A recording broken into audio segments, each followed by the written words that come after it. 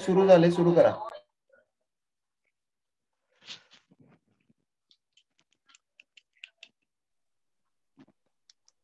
Facebook live चालू झालं ना? होईल ते होईल होईल सर, तुम्ही सुरू करा. गडकरी सर सुरू करा. गडकरी सर.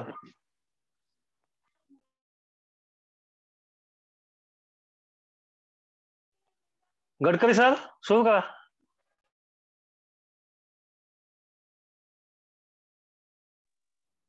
सर त्यांचा माईक बघा बंद आहे काय? माईक बंद आहे गडकरी सर, माईक सुरू करून बोला. भोईर सर माईक चालू करा.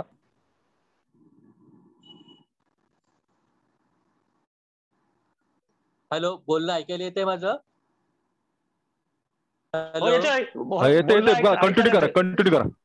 हॅलो गडकरी सर, एक मिनिट. गडकरी सर एक मिनिट. तुम्ही माईक प्रत्येक माईक हे करा. तुमचं बोलणं आलं की माईक ऑफ करा, म्यूट करा आणि तुमचं बोलणं संपलं की पुन्हा सुरू करायचं असेल तेव्हा चालू करा. आणि ऐकायला येईल, प्रत्येक वेळी ऐकायला येते का विचारू नका. मोहन सर लाईव्ह सुरू आहे. बरोबर. महाराष्ट्र अंधश्रद्धा निर्मूलन समितीतर्फे आयोजित फलज्योतिष विरोधी प्रबोधन मोहिमेच्या आजच्या दुसऱ्या सत्रात मी उपस्थित सर्वांचं निवेदक आणि पेण शाखेचा कार्याध्यक्ष श्रीनिवास गडकरी स्वागत करत आहे. फलज्योतिष विरोधी प्रबोधन मोहिमेचं हे दुसरं सत्र आहे. एक सत्र 27 मंगळवारी 27 तारखेला झालेलं आहे. आज दुसऱ्या सत्रासाठी रायगड जिल्हा आपणा सर्वांचं स्वागत करत आहे.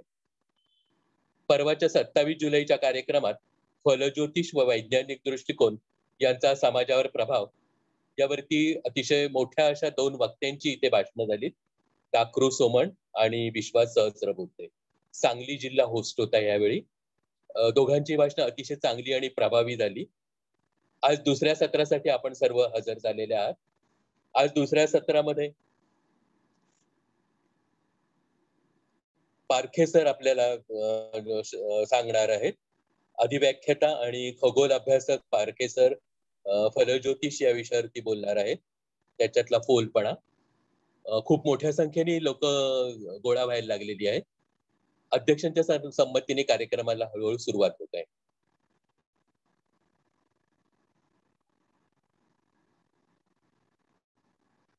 तत्पूर्वी विविध सूचना देण्यात येत आहेत. आजच्या कार्यक्रमाला राज्यभरातून कमीत कमी 500 तरी लोक येतील असं दिसतंय. बऱ्याच जणांनी आधीच चौकशी केलेली आहे. जे अनिशशी संबंधित आहेत, अनिशच्या विविध शाखांमध्ये कार्यकर्ते म्हणून कार्यरत आहेत, त्याशिवायही मोठ्या संख्येने लोक इथे जॉईन होत आहेत.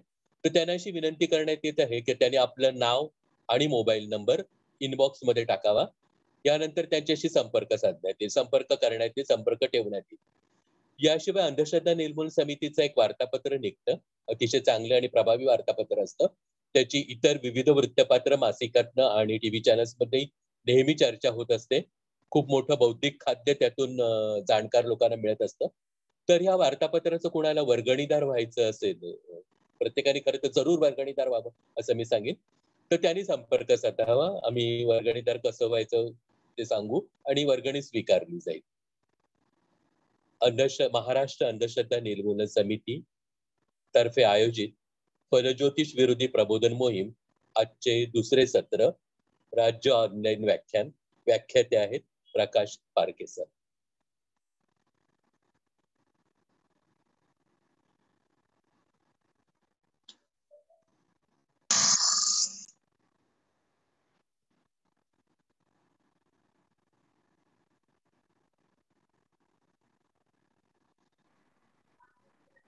सुरू करावं.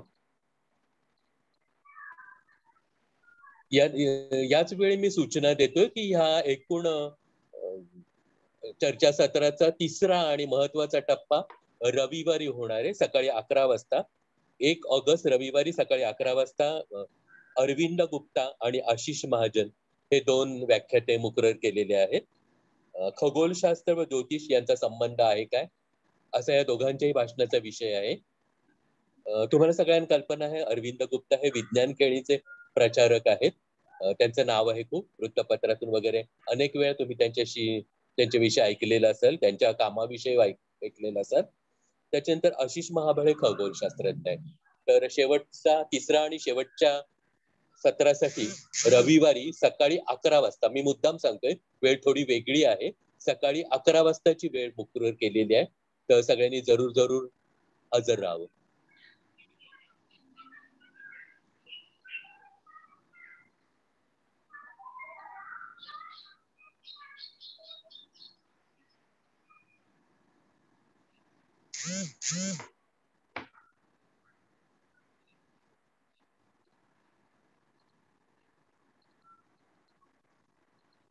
रायगड जिल्ह्याचे कार्याध्यक्ष आहेत मोहन भोईर.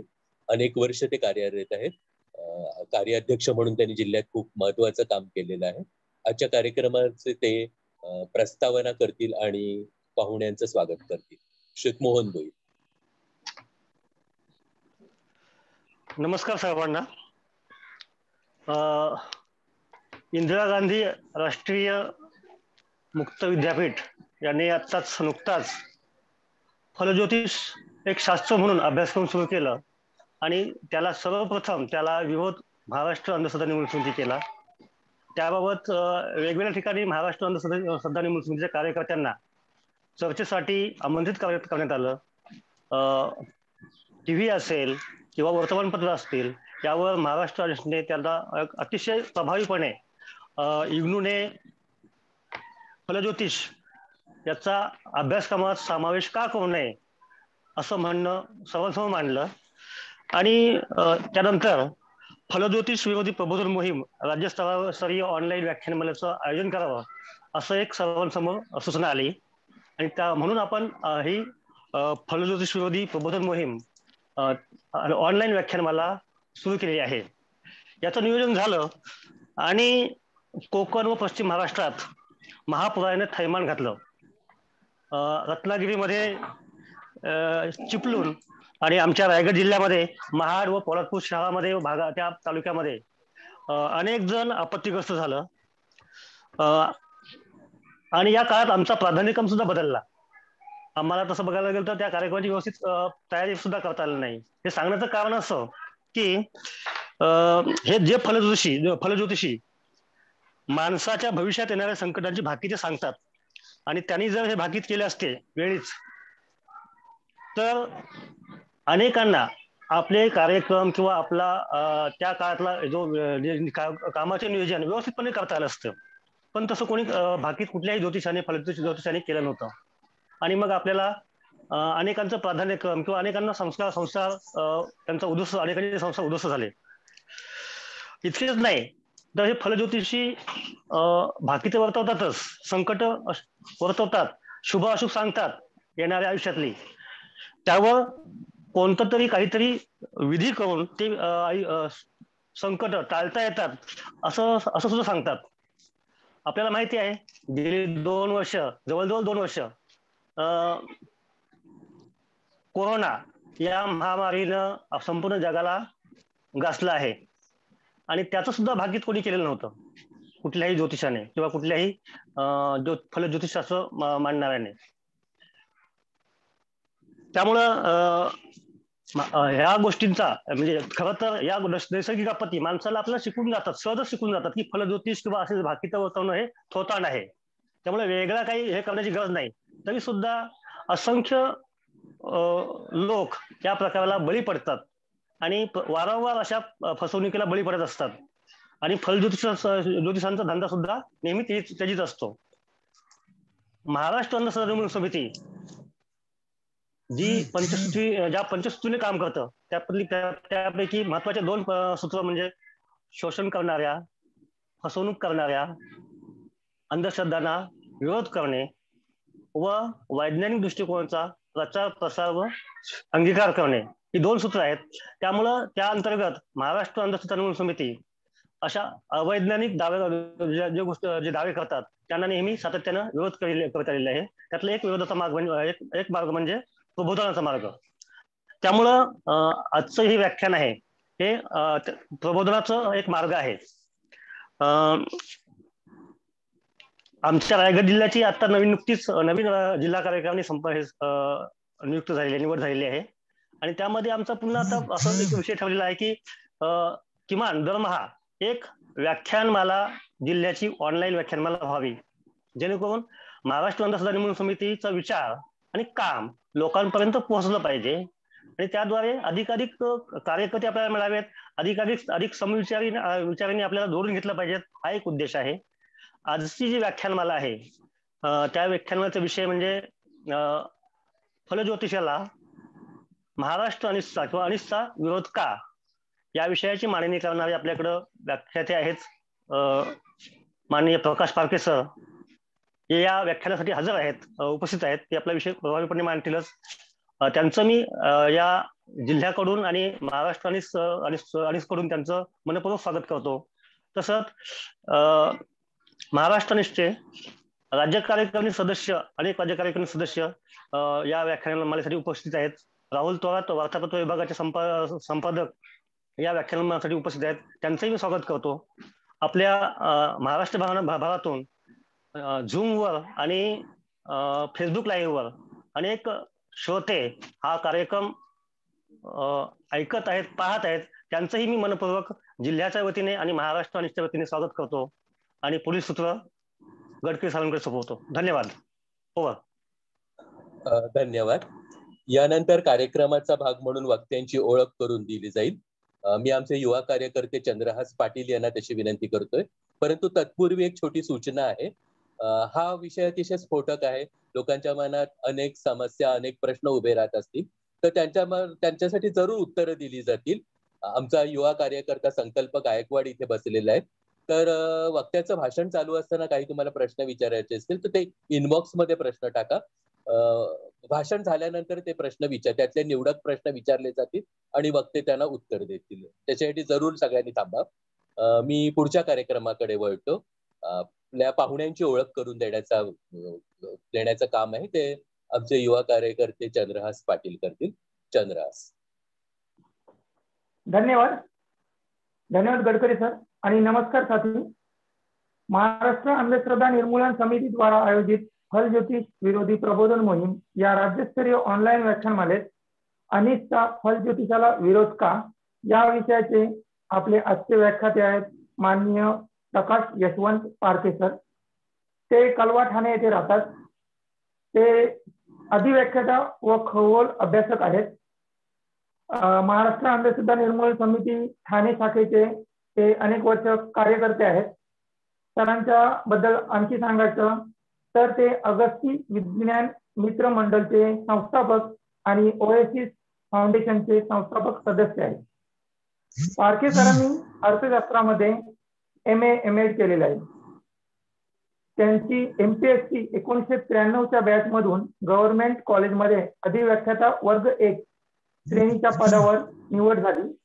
ते MPSC परीक्षा देणाऱ्या युवकांना मार्गदर्शन देखील करतात आणि सध्या ते जोगेश्वरीच्या इस्माईल युसुफ कॉलेजमध्ये अर्थशास्त्राचे अधिव्याख्याता आहेत. त्याचप्रमाणे पारखे सरांनी आजपर्यंत मूलभूत खगोलशास्त्र आणि अवकाश निरीक्षण या विषयावर जवळपास 3000 कार्यशाळा घेतलेल्या आहेत. नुकतेच त्यांनी साम TV या वृत्तवाहिनीवर इग्नूने सुरू केलेल्या फलज्योतिष अभ्यासक्रमासंदर्भात अनिष्टची भूमिका देखील प्रभावीपणे मांडली आहे. धन्यवाद. Gadkari sir. Over to Gadkari sir.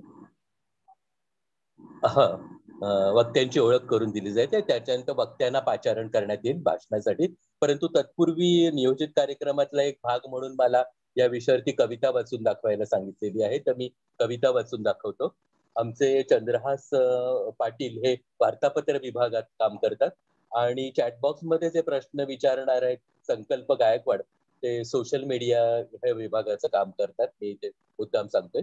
त्यानंतर मी कविता वाचून दाखवतो आणि मग वक्त्यांना पाचारण करण्यात येईल. कविता.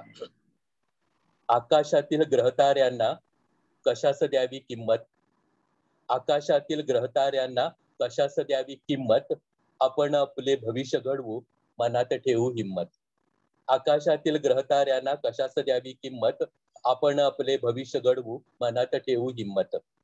जन्मकुंडली राहू केतू वक्री शनीची 7.5, जन्मकुंडली राहू केतू वक्री शनीची 7.5, जनास साऱ्या लुबाडण्याची ही तर पोटभरूंची युक्ती, ही तर पोटभरूंची युक्ती. जन्मकुंडली कोण बनवतो? जन्मकुंडली कोण बनवतो त्यासन ठावे भविष्य आपुले. जन्मकुंडली कोण बनवतो त्यासन ठावे भविष्य आपुले. स्त्री आहे की पुरुष सांगता भले भले ही पार झोपले, बरे बरे ही पार झोपले. पत्रिकेतील मंगळ नडतो तरुण मनांच्या स्वप्नांमध्ये. पत्रिकेतील मंगळ नडतो तरुण मनांच्या स्वप्नांमध्ये. इतक्या दुरूनही प्रभाव पाडी प्रश्न विचारा आपल्यामध्ये, प्रश्न विचारा आपुल्यामध्ये. कड्यात अडकला स्वतः शनिग्रह. कड्यात अडकला स्वतः शनिग्रह पृथ्वीवरती बाधा करतो. कड्यात अडकला स्वतः शनिग्रह पृथ्वीवरती बाधा करतो. कुठल्या कुठल्या दक्षिणेने लगेच केवढा शांत होतो, लगेच केवढा शांत होतो. दूरस्थ या ग्रहगोळ्यांना नका जीवनी स्थान देऊ. दूरस्थ या ग्रहगोळ्यांना नका जीवनी स्थान देऊ. कठोर मेहनतीने आयुष्य घडवू. साध्य आपुले जिंकून घेऊ, साध्य आपुले जिंकून घेऊ. नमस्कार. यानंतर मी नियोजित वक्ते पारखेकर यांना अशी विनंती करत आहे की त्यांनी आपल्या भाषणाला सुरुवात करावी. पारखेकर.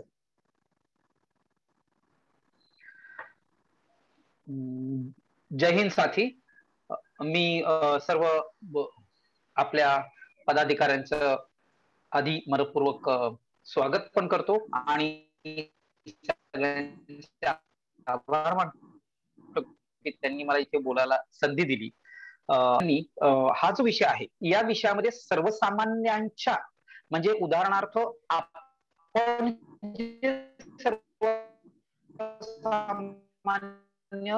सर्वसामान्य समाजामध्ये जाऊन जे काम करतो ते मुद्दे मी घ्यायचा प्रयत्न केलेला आहे की जेणेकरून आपल्याला त्या मुद्द्यांना स्पर्श करत आपल्या सर्वसामान्य लोकांच्या जीवनामध्ये किंवा त्यांच्या मनामध्ये असलेल्या प्रश्नांना कुठेतरी टच करता येईल आणि तिथून पुढे आपल्याला त्या प्रश्नांची उत्तरं शोधता येतील.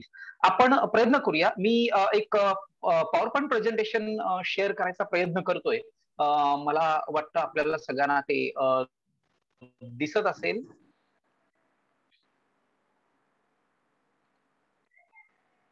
ओके.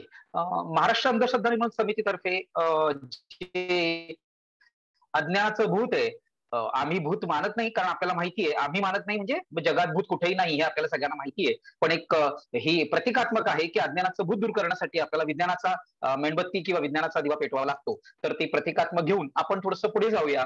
ओके. इथं आपण एक प्रत्येक ज्ञानाची सुरुवातच करताना आपण सगळ्यात महत्वाचं हे लक्षात ठेवूया. The greatest enemy of knowledge is not ignorance, it is the illusion of knowledge.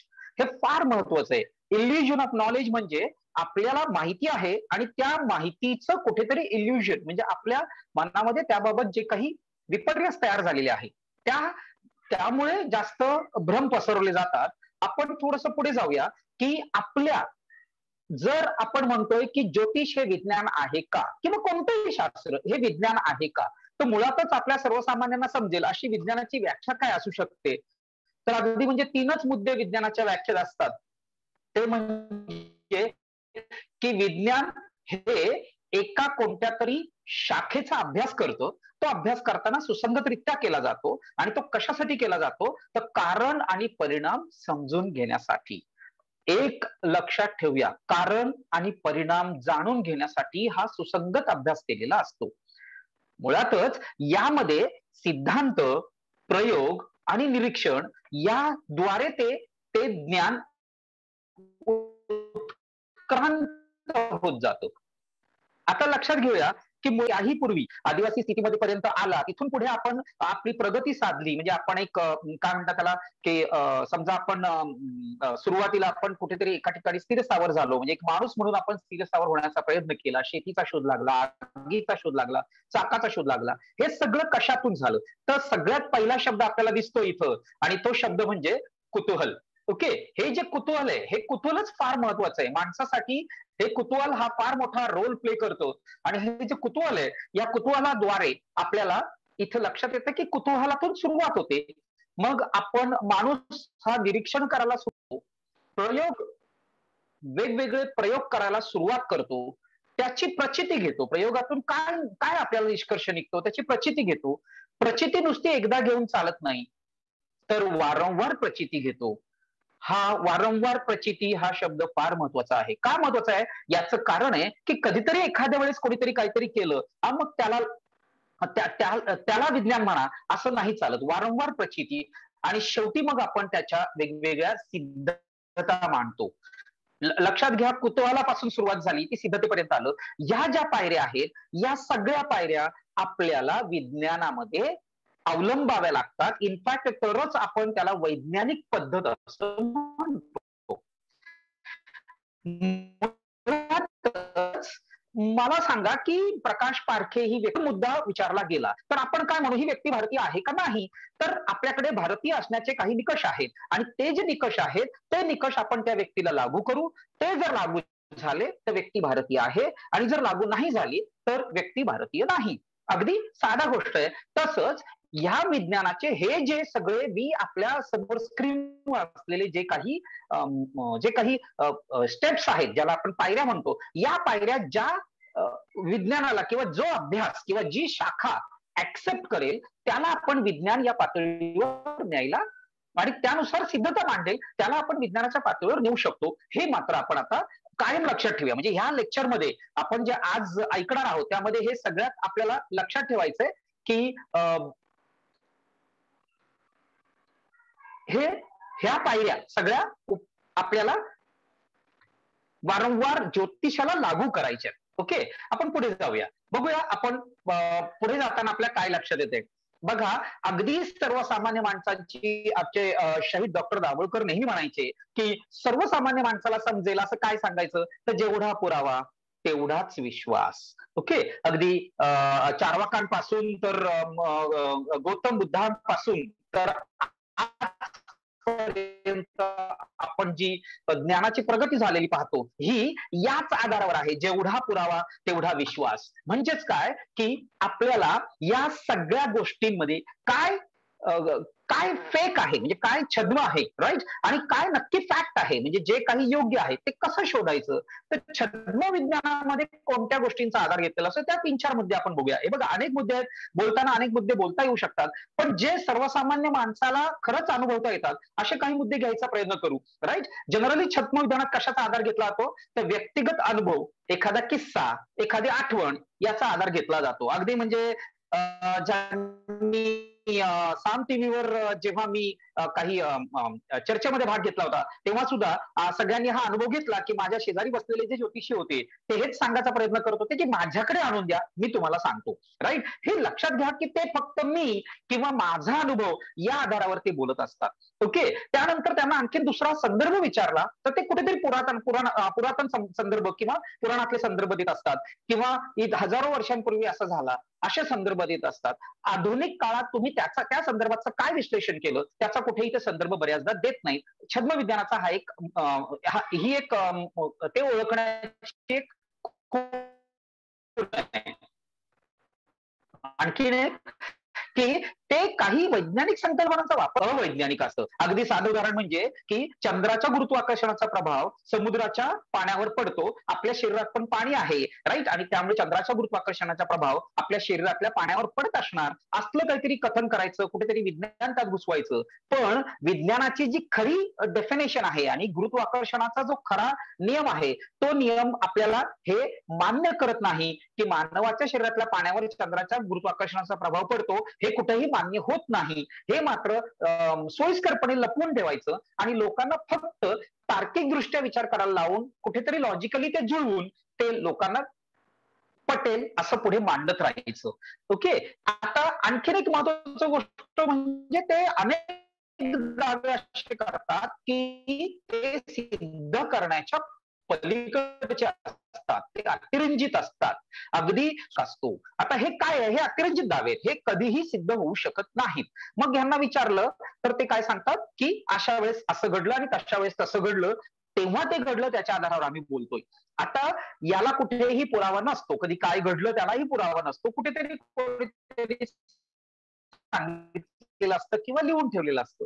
पुराव्याच्या आधारे ते बोलत नाहीत, अतिरंजित दावे करतात. आणि अगदीच शेवटचा पर्याय त्यांच्याकडे राहतो. हे सगळं जर आपण खोडून काढलं तर शेवटचा पर्याय त्यांच्याकडे राहतो की तुम्ही आमच्या धर्माला किंवा तुम्ही आमच्या परंपरांना, हे आणि मी हे फक्त भारताबद्दल बोलत नाही, जगभरात हे सगळं घडतं की तुम्ही आमच्या धर्माच्या विरोधात आहात किंवा तुम्ही आमच्या परंपरांच्या विरोधात आहात, आणि मग लोकांच्या भावनांना आव्हान करायचं आणि त्यातून मग लोकांना आपल्या बाजूला वळवायचं. मग कुठेतरी त्यात मग अनेक महापुरुषांची नावं घ्यायची, मग छत्रपती शिवाजी महाराजांचं नाव घेतलं जातं, आणि मग अशा वेळेस त्यांनी सांगितलेल्या ज्या वैज्ञानिक परंपरा असतात त्या मात्र नाकारायच्या, आणि मग धार्मिक परंपरा किंवा त्या लोकांच्या मान्यतेला पावलेल्या ज्या काही व्यक्ती आहेत त्या व्यक्तींची नावं घेऊन लोकांच्या भावनांना आव्हान करायचं.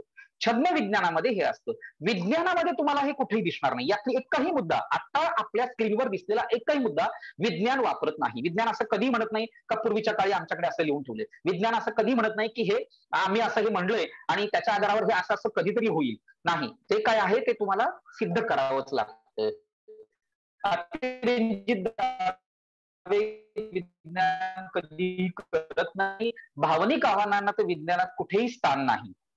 आपल्याला माहिती, शोध लावला असं म्हटलं जातं पण ते चुकीचं आहे, राईट. ज्यांनी पहिल्यांदा स्वतःचा टेलिस्कोप बनवून, म्हणजे टेलिस्कोपचा शोध हॅन्स लिपर्शे यांनी लावला 1608 साली, पण 1609 साली जेव्हा त्यांनी टेलिस्कोप आकाशाकडे फिरवला आणि पहिल्यांदा आकाशाकडे टेलिस्कोप फिरवल्यानंतर आकाशाची जेव्हा त्यांनी धांडोळा घेतला तेव्हा त्यांच्या लक्षात आलं की चंद्रावर डाग आहेत, त्यांच्या लक्षात आलं की सूर्यावरही डाग आहेत, त्यांच्या लक्षात आलं की शुक्राला कला आहेत, आणि ह्याच्या आधारावर त्यांनी मग कोपर्निकस यांनी सांगितलेला जो सूर्य केंद्रित सिद्धांत आहे त्या सिद्धांताला बळकटी देईल असे काही मुद्दे त्यांनी मांडले. आता हे लक्षात घेऊया आपण की हे मुद्दे मांडताना, हे मुद्दे जेव्हा त्यांनी मांडले तेव्हा त्यांना धार्मिक किंवा परंपरावादी लोकांनी प्रचंड विरोध केला. पण गॅलिलिओ किंवा कोणतेही सायंटिस्ट यांनी जी मांडलेली मतं होती ही धर्माला आवडतात की नाही लक्षात घेऊन दिलेली नव्हती. तर त्यांनी आपल्याला सगळ्यात सरळ सरळ असं जे काही विज्ञान सांगतं ते सांगायचा प्रयत्न केला. ओके, आपण थोडस पुढच्या स्लाइडकडे जाण्यापूर्वी मला हे सांगायला नक्की आवडेल की okay, we will try to improve the audio situation. Okay, आपण जेव्हा वैज्ञानिक संकल्पनांचा वापर करतो आणि ह्या वैज्ञानिक संकल्पना अनेक आपल्या आयुष्यामध्ये आपण विज्ञानाच्या अनेक साधनांचा वापर करत असतो. उदाहरणार्थ कम्प्युटरचा वापर करतो. आता हे ज्योतिषी बघा ना, की ज्योतिषी असं म्हणतात की आम्ही ग्रहांचाच वापर करतो, ग्रहांच्या गणिताचाच वापर करतो आणि मग आमचं विज्ञान कसं नाही. मग आता थोडंसं कदाचित आजकाल तर ते संगणकाचाही वापर करतात. म्हणजे उद्या ते असंही म्हणतील की आम्ही संगणकाचा वापर करतो आणि संगणकाला तुमची मान्यता आहे विज्ञान म्हणून, तर मग आमच्या ज्योतिषाला का नाही मान्यता, राईट. म्हणजे इथं सगळ्यात महत्वाचं काय आहे तर संगणकाचा वापर करतो म्हणून किंवा ज्योतिष हे खगोलशास्त्राचा वापर करतो किंवा ग्रहांचा वापर करतो म्हणून ज्योतिष हे मान्य झालं पाहिजे, ह्या मान्यतेला कुठेही आपण आधार देऊ शकत नाही, कारण त्याला वैज्ञानिक आधार नाही. ओके, आपण पुढच्या स्लाइडकडे गेलो, एकच मिनिट.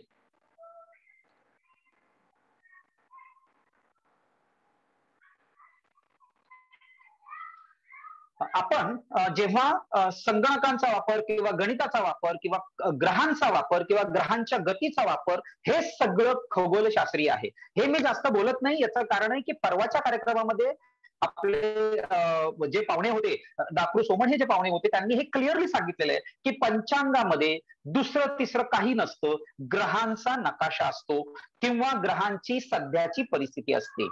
कुंडलीमध्ये दुसरं तिसरं काही नसतं.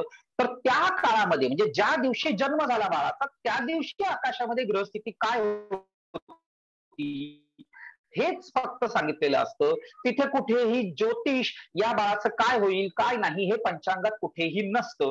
हे आपण दाकृ सोमन यांच्याकडनं हे ऐकलेलं आहे आणि आपल्याला माहिती आहे की जवळजवळ 50 वर्ष ते आपल्या पंचांग निर्माण करण्याचं काम करतायत आणि इतक्या सिनियर माणसाकडनं आपण हे नक्की ऐकलेलं आहे आणि आपल्याला हे लक्षात आलं, आपण कायम लक्षात ठेवलं पाहिजे. सर्वसामान्य माणसाने हे कायम लक्षात ठेवलं पाहिजे की ज्योतिष आणि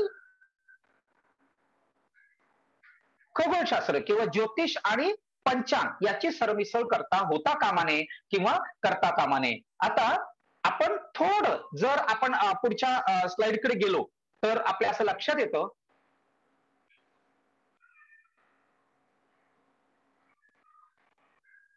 मला वाटतं शेअरिंग बंद झालंय का? ओके, एक मिनिट.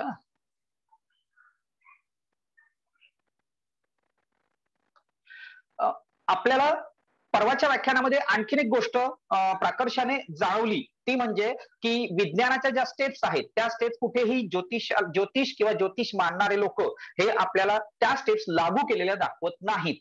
आपल्याला आता गडकरी सरांनी काही उदाहरणं दिली किंवा आपल्याला आपले पेनचे जे कार्यकर्ते आहेत त्यांनी सांगितलं की पूर परिस्थिती यांनी सांगितली नाही. मुळातच हे कोणतीच गोष्ट कधीच सांगत नाहीत, कारण आपल्याला कोरोनाचाही उदाहरण आहे आणि आपण या स्लाइड शो मध्ये हे उदाहरण नक्की पाहणार आहोत. काही उदाहरणं आणि प्रॉमिनंट उदाहरणं पाहणार आहोत की ज्या उदाहरणाला कोणीही नाकारू शकत नाही अशी उदाहरणं मी आपल्याला आपल्या समोर मांडणार आहे आणि त्या उदाहरणाच्या साहाय्याने मात्र ज्योतिषांना विचार करायला नक्की आपण भाग पाडलं पाहिजे की तुम्ही हे मांडताना आम्हाला जे अपेक्षित आहे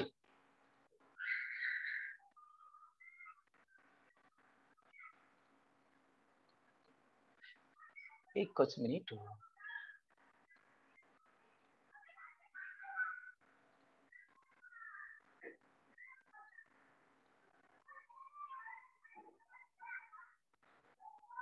ओके, सॉरी, शेअर स्क्रीन नव्हती त्यामुळे थोडा प्रॉब्लेम झाला होता. There was some technical problem. Okay, आपण पुढच्या स्लाइडकडे जाऊया. ओके, इथे बघा तुमच्या लक्षात येत आहे की या ज्या छद्मविज्ञान आहे या छद्मविज्ञानातून बाहेर पडताना आपण जर इग्नूकडे गेलो तर इग्नूने काय म्हटलंय, इग्नूचं उद्दिष्ट काय आहे बघा. आपल्या लक्षात येतं इथं की इग्नूचं उद्दिष्ट आहे भारतीय प्राच्य विद्या के अंतर्गत काल, ज्ञान, ग्रहगति, सूर्य ग्रहण, चंद्र ग्रहण से लेकर. आता इथं लक्षात घ्या की हा कलर वेगळा ठेवलाय. ब्लॅक कलर दिला तिथपासून पुढचं वाक्य आहे हे आपल्याला ऑब्जेक्शनेबल आहे, कारण याच्या आधीचं जे आहे चंद्रग्रहण, सूर्यग्रहण, कालज्ञान यासाठी त्याचा अभ्यास होत असेल तर त्याला काही आपल्या विरोध असण्याचं कारण नाही, कारण ते खगोलशास्त्र आहे. पण भारतीय ऋषियों के मतों के आधार पर अंतरिक्ष में होने वाली घटनाओं के साथ मानव मात्र के व्यवहारिक जीवन का संचालन किस प्रकार होता है, इन तथ्यों का प्रामाणिक और विस्तृत ज्ञान प्रदान करना. हे जे रेड मध्ये दिलेले या वाक्याला आपलंच नाही, म्हणजे महाराष्ट्र अंधश्रद्धा समिती म्हणून आपला तर विरोध आहेच, पण जगभरातल्या सगळ्या संस्थांचा याला विरोध आहे. कारण हे जे वाक्य आहे हे वाक्य आपल्याला कुठेही विज्ञानाच्या चौकटीत बसवता येत नाही किंवा त्यांना ते सिद्ध करता येत नाही. ओके, आपण थोडस पुढच्या स्लाइडकडे जर गेलो तर तुमच्या लक्षात येईल पुढच्या स्लाइडमध्ये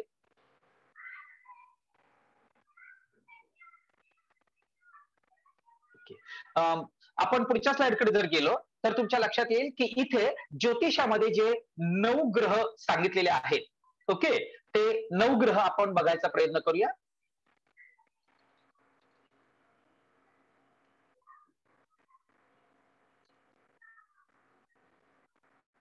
ओके,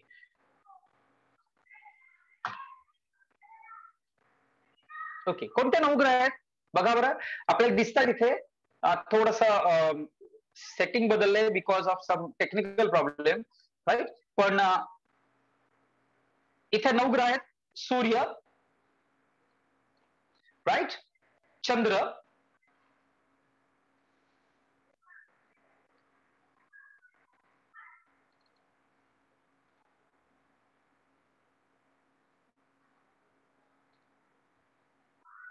आय एम सॉरी, काहीतरी टेक्निकल प्रॉब्लेम आहे, स्लाइड पुढे सरकत नाहीये. पण तरीही मी तुम्हाला नवग्रह कोणते हे मी सांगायची गरज नाहीये. पाखरे सर पुन्हा स्क्रीन शेअर करा, कॅन्सल करून पुन्हा स्क्रीन शेअर करा. Okay okay okay.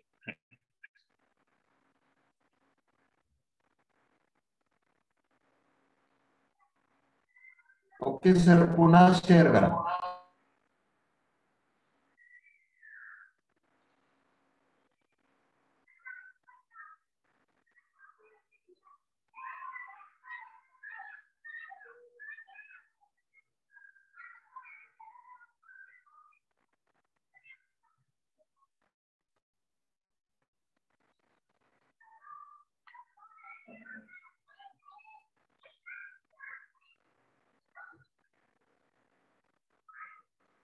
दिसते स्लाइड? हो सर दिसते. हो दिसते. फुल स्क्रीन करा सर स्लाइड.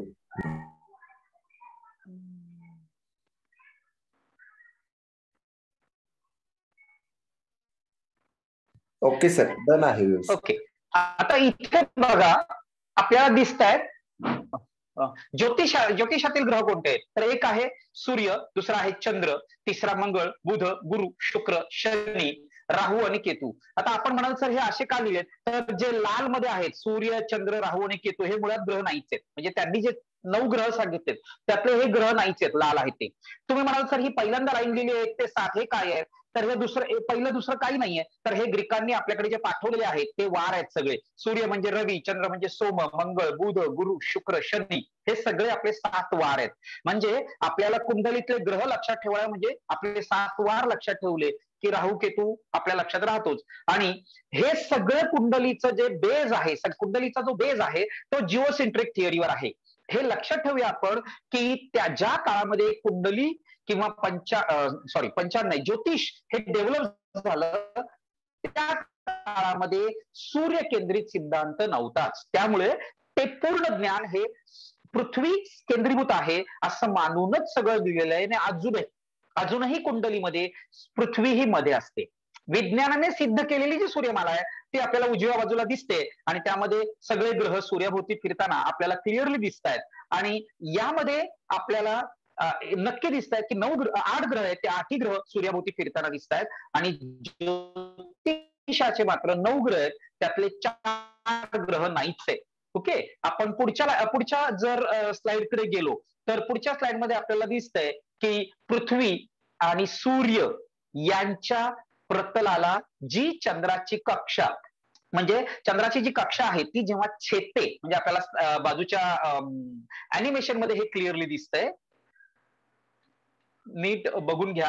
ही जी हिरवी रेषा आहे ही हिरवी रेषा हिरवा प्रतल आणि निळं प्रतल. आता हे जे हिरवा प्रतल आणि निळं प्रतल आहे हे जिथं एकमेकांना छेदतं त्या छेदनबिंदूला आपण राहू आणि केतू असं म्हणतो.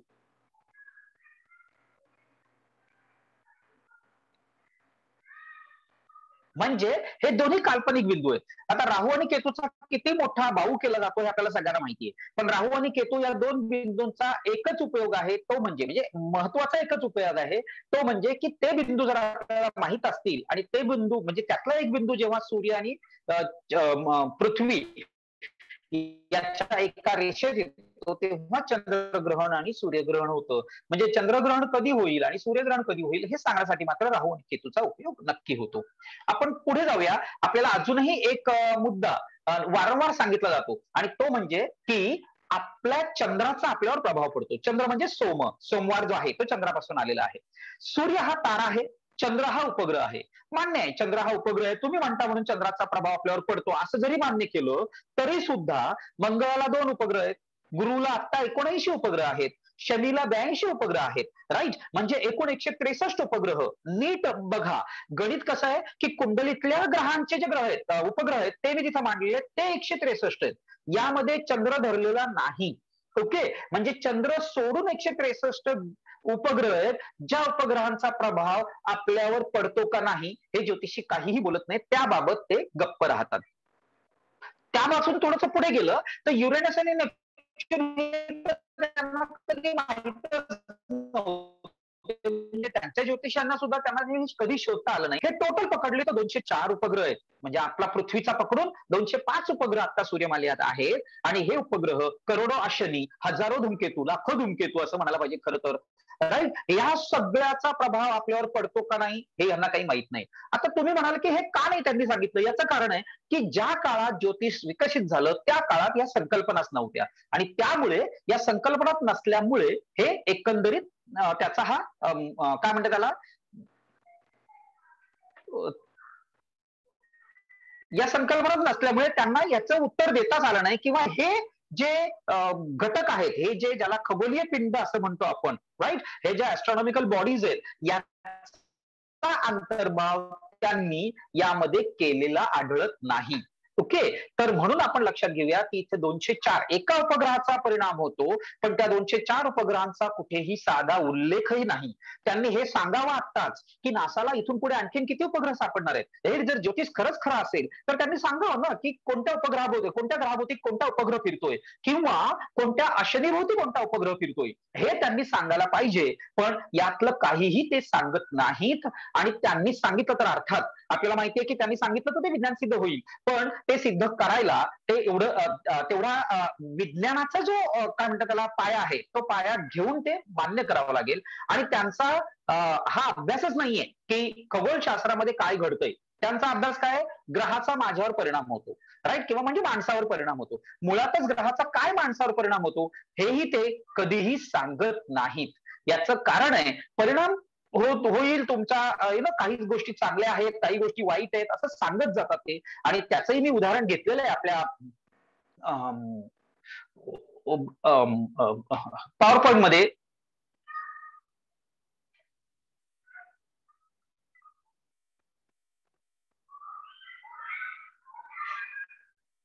ज्योतिषी जेव्हा आपल्याशी बोलतात तेव्हा ते गोड भाषेमध्ये बोलतात. हे आपल्याला सगळ्यांना माहिती आहे की ते सांगताना काही मुद्दे मांडत असतात, आणि हे जे मुद्दे आहेत हे मुद्दे मांडताना आपल्याशी जे बोलतात त्यातनं आपल्याला फक्त छान छान वाटत राहतं. म्हणजे आपले शाहीद डॉक्टर दाभोळकर नेहमी म्हणायचे की ते मार्केटिंग करतात, म्हणजे ते फक्त आपल्याला जे बरं वाटतं अशा काही गोष्टी विकतात. आणि त्या ज्या गोष्टी विकतात त्या गोष्टी विकल्यामुळे होतं काय की माणसाला असं एक जी उत्सुकता असते, त्या उत्सुकतेपोटी माणूस या काही गोष्टी विचारत असतो. आणि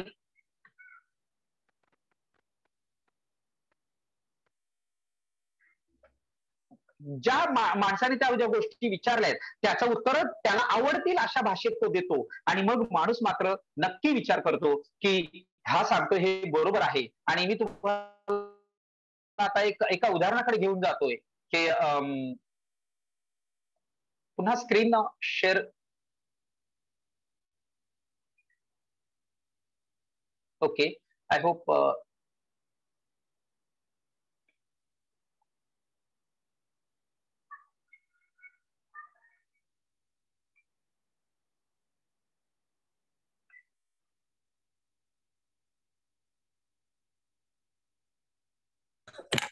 सर तुमचा नेटवर्क इश्यू आहे का, त्यातून बॅक जाते लॅपटॉप असं वाटतंय. हो हो हो हो असं वाटतंय, नेटवर्क इश्यू आहे असं वाटतंय मला.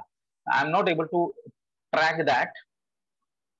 तुम्ही मोबाईलचा जर हॉटस्पॉट वापरत असाल त्या याला तर नाही, मोबाईलचा नाही वापरत आहे, मोबाईलचा नाही वापरत आहे.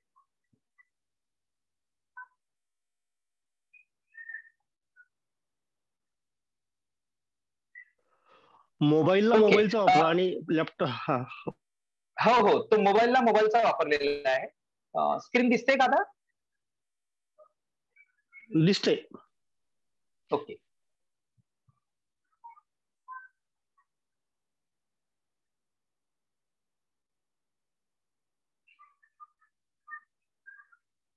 सूर्य सिद्धांत हा जो ग्रंथ आहे, या ग्रंथाचा ते वारंवार उल्लेख करतात.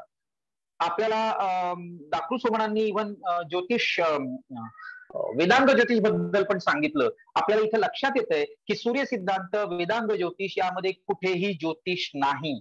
फक्त नावात ज्योतिष आहे पण त्यामध्ये कुठेही ज्योतिष नाही. हे आपण कायम लक्षात ठेवूया. सर्वसामान्य माणसाला असं वाटत असतं की ज्योतिष हा शब्द म्हणजे त्याच्यात ज्योतिष असणार, पण कुठेही नाही. त्याच्यामध्ये फक्त यज्ञाची वेळ ठरवण्यासाठी सॉरी नॉट ग्रह, आय एम एक्स्ट्रीमली सॉरी, ग्रह नाहीच, फक्त नक्षत्र आणि तिथी म्हणजे चंद्राची वेळ एवढंच फक्त त्याच्यात अभ्यास आहे. म्हणजे वेदांग ज्योतिषामध्ये तर ग्रह सुद्धा नाहीत, राशी नाहीत, ग्रह नाहीत, वार नाहीत वेदांग ज्योतिषात. त्यानंतर आलेल्या सूर्य सिद्धांतामध्ये मात्र वार आणि राशी मिळतात, पण ते नंतर आलेले आहेत. आपण हे लक्षात ठेवूया की वार आणि राशी, शेवटची ओळ जर तुम्हाला दिसत असेल तर त्यामध्ये क्लिअर दिसतंय की वार आणि राशी हे पाश्चिमात्यांकडून आपल्याकडे आलेले आहेत. आपण वार आणि राशी ही संकल्पना बोरो केलेली आहे. आपल्याला इथे वक्री होतो ग्रह म्हणजे काय दिसतंय, आपण पृथ्वीवर आहोत आणि बाहेर मंगळ आहे, ओके, आणि त्यातून मग मंगळ वक्री होताना दिसतोय आपल्याला, ओके. आणि ह्या वक्री मंगळाची मात्र फार भीती घातली जाते, पण तो काही नाहीये. फक्त अगदी साध्या भाषेत सांगायचं झालं तर पृथ्वी मंगळाला ओव्हरटेक करते, आणि जेव्हा पृथ्वी मंगळाला ओव्हरटेक करते तेव्हा मंगळ वक्री झाल्यासारखा आपल्याला दिसतो. त्याला ती कॉन्सेप्ट असं नाव दिलेलं आहे, आणि ते घाबरवण्यासाठी आपल्याला ज्योतिषी वापरतात. आपल्याला हे लक्षात येतंय की मंगळ वक्री झाला म्हणजे हा अनुभव आपल्याला येतो की मंगळ वक्री झाला की अनेकदा लोक ज्योतिषाकडे जातात, आणि ज्योतिषी मंगळ वक्री झाला म्हणून अनेक गोष्टी, किंवा गुरु शनी वक्री झाला म्हणून अनेक गोष्टी त्याच्याकडनं उकळायचा प्रयत्न करतात. हे आजचं भविष्य आहे आपल्या डोळ्यासमोर. मी आजच्या स्क्रीनशॉट घेतलेला आहे, आजच्या एका प्रतिपयश पेपर मधलं भविष्य आहे हे, ओके. मी पेपरचं नाव मुद्दाम कट केलेलं आहे, आपण नेटवर शोधू शकता. एरिसचं भविष्य दिसतंय आपल्याला, त्यामध्ये मी काही सर्कल्स केलेले बघा, okay. Efforts on health front promise to keep you fit. आता मला सांगा की जर हेल्थ फ्रंट म्हणजे माझ्या आरोग्यासाठी मी जर काही एफर्ट्स घेतले तर मी फिट राहणारच आहे. याच्यात ज्योतिषाने काय सांगायचंय, ओके. गुड लर्निंग, पुढचा जर स्क्वेअर बघितला तुम्ही तर गुड अर्निंग इज फोरसीन. आता आज 30 तारीख आहे, 31 आणि 1 तारीख बरं सगळ्यांचे पगाराचे दिवस आलेत, त्यामुळे बहुतेक राशींमध्ये असंच लिहिलेलं आहे, गुड अर्निंग इज फोरसीन.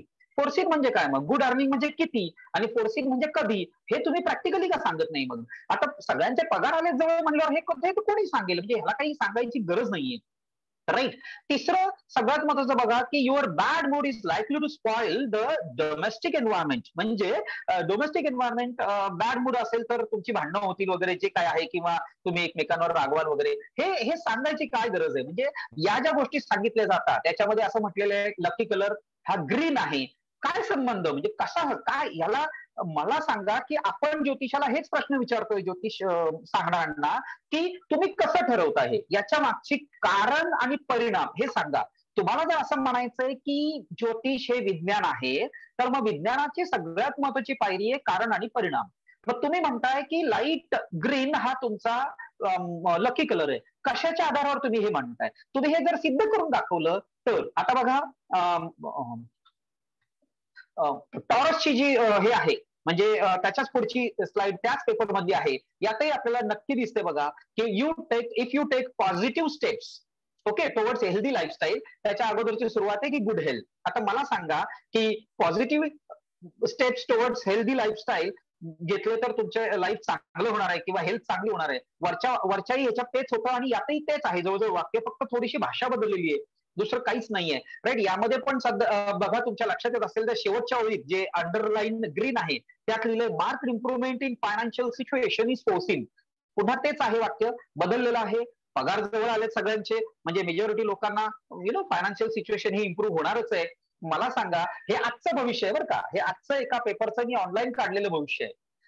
भविष्य सांगणाऱ्यांना आपलं एक महत्वाचं आव्हान असं असतं की तुम्ही हे सांगा ना आम्हाला की जागतिक पातळीवर ज्योतिषाला नाकारलं गेलंय, त्याबाबत तुमची काय भूमिका आहे? म्हणजे मी तुम्हाला जी लेफ्ट साईडला दाखवले ही नासाच्या ह्याचा स्क्रीनशॉट आहे, आणि त्यामध्ये जो रेडने जे हे लिहिलेलं आहे त्याचं क्लिअरली म्हणलेलं आहे astrology is not the same thing as astronomy, okay. म्हणजे लक्षात ठेवा की ऍस्ट्रॉनॉमी आणि ऍस्ट्रॉलॉजी हे टोटली वेगळे आहेत, आणि ऍस्ट्रॉलॉजी हे फेक आहे हे अनेक संस्थांनी मान्य केलेलं आहे. तर त्याबाबत तुमची काय भूमिका आहे याबाबतही ते काही सांगत नाहीत.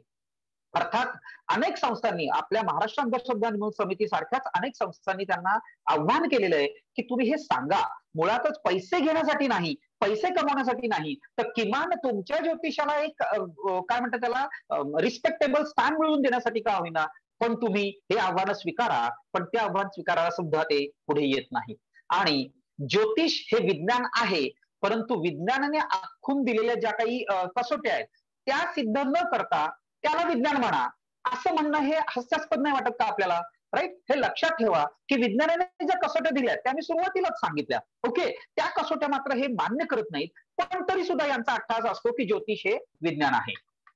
जाऊया पुढे, थोडस प्रोग्रामच्या शेवटाकडे जाऊया, आपला वेळ संपत आलेला आहे. राईट? पण आता अनेकदा आम्ही जेव्हा कार्यक्रम करतो महाराष्ट्रभर किंवा महाराष्ट्राच्या बाहेर जेव्हा कार्यक्रम करतो, तेव्हा हे लोक म्हणतात की तुम्ही जे ज्योतिषी पाहिलेत ते काही एक्सपर्ट नसतात, ते त्यांनी नीट अभ्यास केलेला नसतो. मी आपल्या समोर भारतातल्या जगामध्ये सगळ्यात फेमस अशा ज्योतिषाची ही बेजान दारूवाला हे जे आहेत श्री बेजान दारूवाला यांची पोस्ट आपल्या समोर ठेवलेली आहे, आणि यामध्ये त्यांनी असं क्लिअरली म्हणलेलं आहे, bye May 2020 Saturn will move away from the horoscope of world, so corona problem will surely finish. Okay, म्हणजे मे 2020 मध्ये कोरोना प्रॉब्लेम संपायला हवा असं जगप्रसिद्ध सो कॉल्ड जगप्रसिद्ध ज्योतिषांनी असं म्हटलं की कोरोना प्रॉब्लेम संपणार कधी? मे 2020. आपल्याला अर्थात ही दुःखद बातमी आहे, पण दुःखद बातमी अशी आहे की त्याच मे महिन्यात त्याच बेजान दारूवाला यांचं 28 मेला निधन झालं, आणि तेच करोनानेच निधन झालं. राईट? करोनासाठीच त्यांना अहमदाबाद हॉस्पिटलला ऍडमिट केलं होतं आणि त्यांचं निधन झालं. अर्थात ही बातमी तुम्हाला पुढे दिसते की हे लक्षात घ्या की आपल्याला या ज्योतिषांना हे सुद्धा सांगता आलं नाही की कोरोना कधी येणार, कसा येणार आणि त्याचा पुढे काय परिणाम होणार, आणि तो संपतोय असं म्हणता अजूनही तो आहे हे आपल्याला सगळ्यांना माहिती आहे. मुळातच आपण हे लक्षात ठेवूया की 2019च्या दिवाळीनंतर अनेक कुटुंबांना, अनेक नवविवाहितांना ज्यांना विवाह करायचे होते अशा लोकांना यांनी क्लिअरली असं सांगितलं होतं की हा पर्टिक्युलर जर तुम्ही काय म्हणता त्याला दिवस घेतला तर मुहूर्त चांगला आहे, या दिवशी तुम्ही लग्न करा असं त्यांनी सांगितलं, आणि त्या दिवशी लग्न करा असं सांगितल्यानंतर त्यांनी ते काय म्हणतात त्याला हॉल बुक केले आणि सगळा खर्च केला आणि कोरोना सुरू झाला. 2020ला मार्च मध्ये आपल्याला माहितीये लॉकडाऊन सुरू झालं.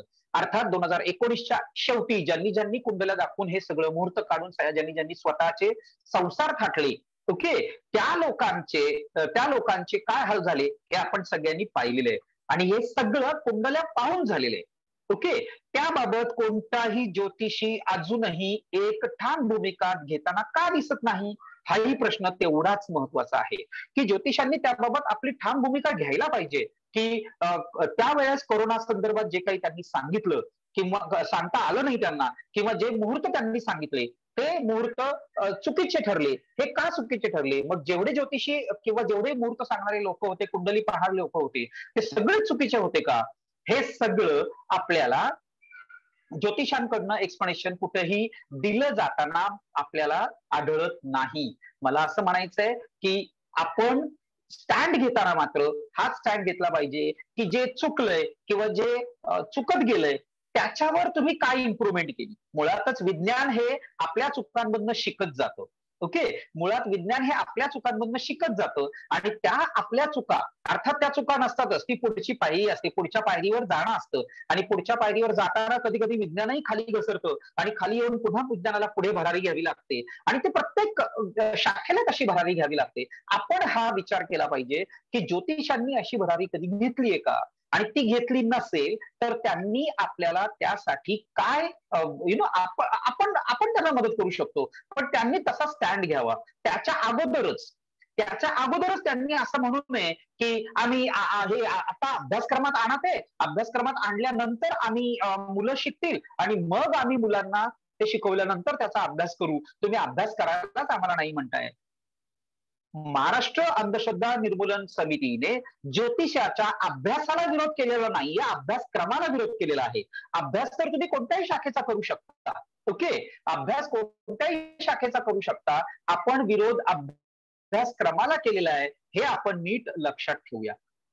ओके, मला वाटतं आय एम सॉरी, पण कम्प्युटरला सारखे प्रॉब्लेम येत आहेत मला, त्यामुळे मी पुढची पीपीटी नाही करू शकत, कारण मी त्या आउट झालोय, झूमला पण प्रॉब्लेम आहे. माझ्याकडे या पीपीटी बाबत पीडीएफ तयार केलेली आहे, ती पीडीएफ मी शेअर करू शकेन आपल्या ठाणे शाखेतर्फे. आणि आपल्याला जर कोणाला हवी असेल ती पीडीएफ तर ती नक्की मी देऊ शकेन. पीपीटी पण हवी असेल तर मेल करू शकू आपण. ओके, कारण पीपीटी जरा मोठी आहे त्यामुळे ती मेल करावी लागेल. आपण प्रश्नोत्तरांकडे जायला हरकत नाही. शेवटी माझ्याकडे डॉक्टर जयंत नारळीकरांचं एक वाक्य होतं आणि ते वाक्यच असं आहे, जेव्हा डॉक्टर जयंत नारळीकर जेव्हा भर आणि प्रश्न विचारतात तेव्हा त्यांना बऱ्याचदा एक प्रश्न बऱ्याचदा येतो आणि तो म्हणजे की आपल्यावर ग्रहां नारळीकरांचं वाक्य आहे की ग्रहांचा परिणाम होतो का, हे विचारल्यानंतर मला आश्चर्य वाटतं आणि शिवाय मला खेदही होतो. आश्चर्य यासाठी वाटतं की 21व्या शतकातला शिकलेला माणूस असा प्रश्न विचारतोय की ग्रहांचा आपल्यावर परिणाम होतो का, आणि खेद यासाठी वाटतो त्यांना की बऱ्याचदा असा प्रश्न विचारणारी व्यक्ती ही बऱ्याचदा भारतीय असते. ते म्हणतात की मला हे खेद वाटतो याचा की अनेकदा ही व्यक्ती भारतीय असते. आणि सगळ्यात महत्वाचं म्हणजे की डॉक्टर जयंत नारळीकरांचं आपल्याला माहिती आहे की या क्षेत्रामध्ये खूप चांगलं कॉन्ट्रीब्युशन आहे आणि या कॉन्ट्रीब्युशनच्या साह्याने आपण समाजामध्ये मुलांमध्ये एक वेगळ्या प्रकारची मांडणी नेली पाहिजे. आणि ती मांडणी करता करता माझ्याकडे इव्हन आता एक जर मी आय डोंट नो, मी बहुतेक साइड इन नाहीये. ओके, ठीक आहे. काही मुद्दे मी मुद्दाम घेतलेले नाहीयेत, काही अवघड मुद्दे आहेत ते मुद्दाम घेतलेले नाहीयेत कारण ते टेक्निकल आहेत आणि ते टेक्निकल मुद्दे घेणं थोडंसं आपल्याला वेळखाऊ झालं असतं म्हणून. पण माझ्याकडे काही मुद्द्या होत्या, काही बातम्या होत्या, ज्या बातम्या असं म्हणतात, सरळ माझ्या समोर आता ती बातमी दिसते, ती बातमी असं म्हणते की नरेंद्र मोदी पंतप्रधान होऊ शकणार नाहीत. ही 4/4/2014 ची बातमी आहे. ओके, आणि काँग्रेसच्या पाठिंब्यावर नवं सरकार येईल असं भाकीत एका ज्योतिषाने वर्तवलेलं माझ्याकडे आहे. ती बातमी आहे, लोकमतची बातमी आहे 4/4/2014 ची. आणि या बातमीमध्ये क्लिअरली म्हटलेलं आहे की नरेंद्र मोदी हे पंतप्रधान होऊ शकणार नाहीत आणि काँग्रेसचं शासन पुन्हा येईल. ओके, आणि आपल्याला माहितीये काय झाले 2014ला माननीय पंतप्रधान मोदी साहेबांचं शासन आलं आणि पुढे हे पूर्ण काय म्हणतात त्याला सरकार बदललं. अर्थात अशा बातम्या आहेत किंवा ज्योतिषांच्या घरी चोरी झाल्याच्या बातम्या आहेत. तर या ज्या बातम्या आहेत या बातम्यांच्या आधारे हेच लक्षात येतं की आपण ज्योतिषी स्वतःच्या घरातलं सुद्धा बाकीत सांगू शकलेले नाही आहेत आणि त्यांना या हे बाकीत सांगताना दुसऱ्यांचे तिथे सांगताना मात्र त्यांनी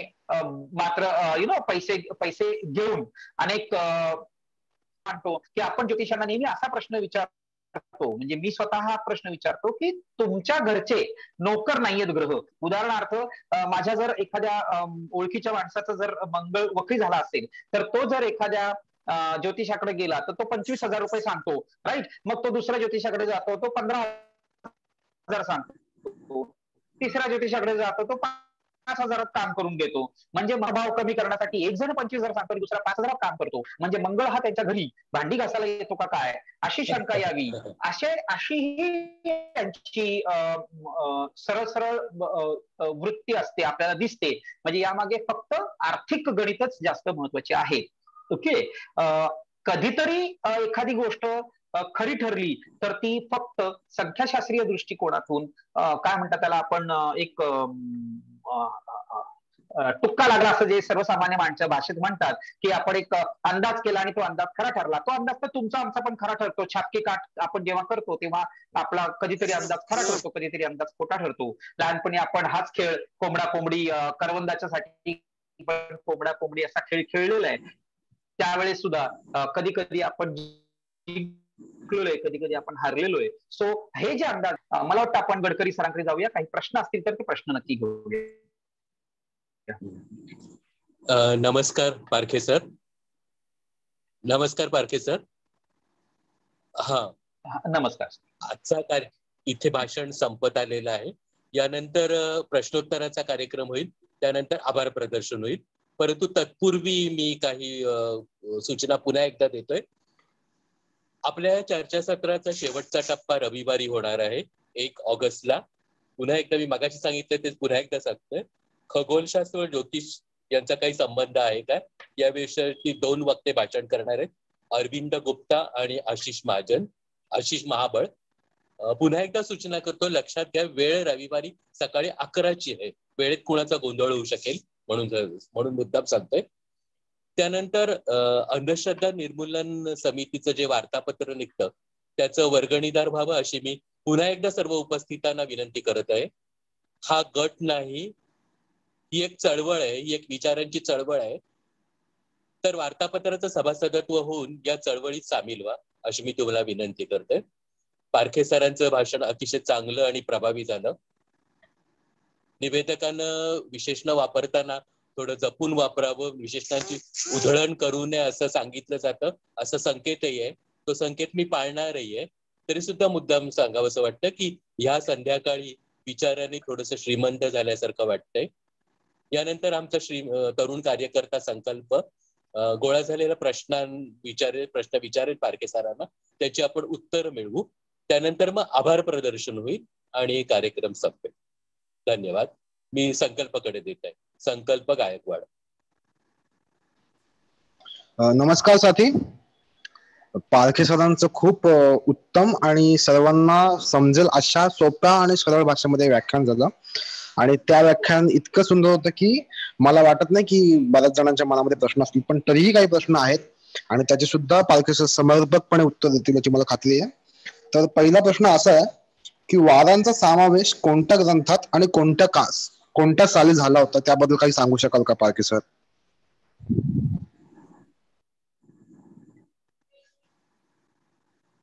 ओके. अगदी चांगला प्रश्न आहे. खरं तर आपलं जे पंचांग आहे त्याच्यात 5 जी अंग आहेत, त्या 5 अंगांमध्ये एक अंग वार हे मानलं जातं. परंतु आपण हे लक्षात ठेवूया की वार ही संकल्पना ही जानेवारी, फेब्रुवारी, मार्च, एप्रिल, आता जो जुलै महिना आहे, जुलियस सीझरच्या नावाने आलेला जुलै महिना आहे, किंवा पुढचा ऑगस्टसच्या नावाने आलेला ऑगस्ट महिना आहे, ऑक्टोबर म्हणजे सप्टेंबर म्हणजे 7वा महिना, ऑक्टोबर म्हणजे 8वा महिना, नोव्हेंबर म्हणजे 9वा महिना आणि डिसेंबर म्हणजे 10वा महिना. ही जी महिन्यांची साखळी आहे, या साखळी बरोबर वार ही संकल्पना भारतात आलेली आहे. वार ही संकल्पना मुळात भारतातली नाही. याची अनेक याचं विवेचन फार मोठं होईल. कॅलेंडरचा जर ओरिजिन आपण पाहिला तर आपल्याला असं लक्षात येतं की भारतीय कॅलेंडर, ज्याला आपण आज पंचांग असं म्हणतो, हे भारतीय कॅलेंडर हे चंद्रावर आधारित आहे. आणि चंद्रावर आधारितलं जे कॅलेंडर आहे त्यात एका महिन्यात 2 भाग आहेत. एक आहे कृष्ण पक्ष, दुसरा आहे शुक्ल पक्ष, आणि त्यामध्ये 15-15 दिवसांचे भाग आहेत. त्यामुळे वार ही संकल्पना किंवा इकडे आलेली आहे. असं म्हटलं जातं की साधारणपणे सिकंदराच्या स्वारी झाली त्यावेळेस हे ज्ञान आपल्याकडे आलं, राईट. पण त्याचा इव्हन अगदी म्हणजे 4थ्या शतकाच्या शेवटी आलेला जो आर्यभट्ट आहे, त्या आर्यभट्टीय या ग्रंथात सुद्धा वारांचा किंवा राशींचा उल्लेख नाही. म्हणजे त्या काळापर्यंत राशी आणि वारांना आपण महत्व कुठेही दिलेलं आढळत नाही. वार आणि राशी या संकल्पना महत्वाच्या त्यानंतर ठरल्या, म्हणजे साधारणपणे 1500 वर्षांपूर्वीच त्या आल्या. ओके. आणि त्याचा कुठेही असा प्रॉमिनंटली उल्लेख आपल्या कोणत्याही ग्रंथात पूर्वीच्या, ज्याला आपण वेदांग ज्योतिष वगैरे हे म्हणतो, वेदांग ज्योतिषचं तर मी आपल्याला अगदी म्हणजे आवर्जून सांगेन की आपल्याला मिळालं तर हे पुस्तक नक्की वाचा. मोहन आपटेंचं त्यामध्ये क्लिअरली म्हटलेलं आहे की वेदांच्या काळामध्ये फक्त नक्षत्र आणि तिथी हेच होतं. इव्हन ग्रहांची गणित सुद्धा नव्हती. वेदांग ज्योतिषामध्ये म्हटलंय. वेदांग ज्योतिषाचा कालावधी इसवी सन पूर्व 1500 आहे, म्हणजे 14 शतक आधीचा आहे. इसवी सन पूर्वीचा 14वं शतक आहे. म्हणजे आपण हे लक्षात घेऊया की वार आणि राशी या संकल्पना ह्या नंतर आलेल्या आहेत. मुळातच राशी ही संकल्पना डेव्हलप झाली तेव्हा 13 राशी होत्या, त्यानंतर ज्योतिषांनी 12 केल्या आणि आता 12 राशी आपण मानतो. आपण ज्या राशी आणि वार ही संकल्पना पाश्चिमात्यांकडनं आपण बॉरो केलेली आहे आणि त्याच संकल्पनांच्या आधारावर आज आपलं कॅलेंडर आहे, जे इंग्रजी कॅलेंडर आहे. We are talking about English calendar, that we call it as Gregorian calendar.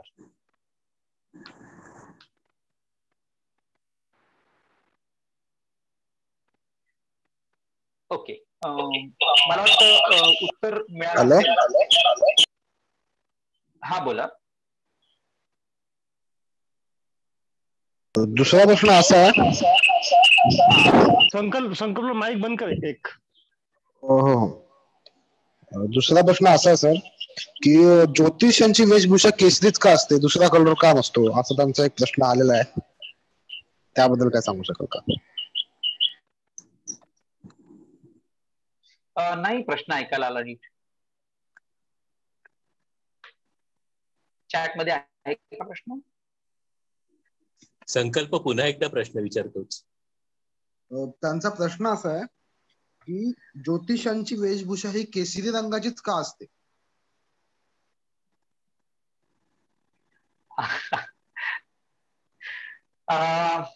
केशरी रंगाचीच का असते? आता केशरी रंग किंवा भगवा रंग हा याच्या बाबतही अनेक मतप्रवाह आहेत. पण असं काही रंगावरून काही ते ठरत नाही. खरं तर अनेक ज्योतिषांची वेशभूषा ही वाईट पण असते. आपण साऊथकडे गेलात तर त्यांची वेशभूषा ही वाईट असते, त्यामुळे केशरीच असते असं नाहीये. ज्योतिषी तुम्ही कोणत्या भागातले पाहता त्याच्यानुसार ते असतं, पहिली गोष्ट. दुसरी गोष्ट की स्वतःची, तुम्ही जर एका प्रोफेशनचे असाल किंवा एका धर्माचे असाल किंवा एका काय म्हणतात त्याला ग्रुपचे असाल, तर तुमची एक आयडेंटिटी मेंटेन करण्यासाठी तुम्ही त्या गोष्टी करत असता. हा समाजाचा, अनेक समाजांचा तो एक, कोणी वेगळ्या प्रकारची टोपी घालतं, कोणी काय म्हणतात त्याला शेंडी ठेवतं, कोणी. हे लक्षात ठेवा की हा आयडेंटिटी क्रायसिसचा भाग आहे. त्याच्यामुळे ड्रेसचा रंग म्हणजे त्यांनी घातलेल्या कपनीचा रंग आणि ज्योतिषाचा तसा काही संबंध नाहीये.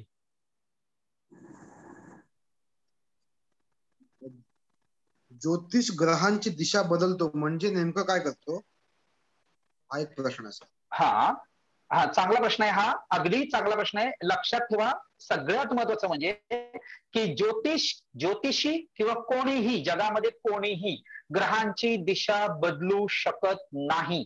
ग्रह हे स्वतःच्या दिशेने जातात.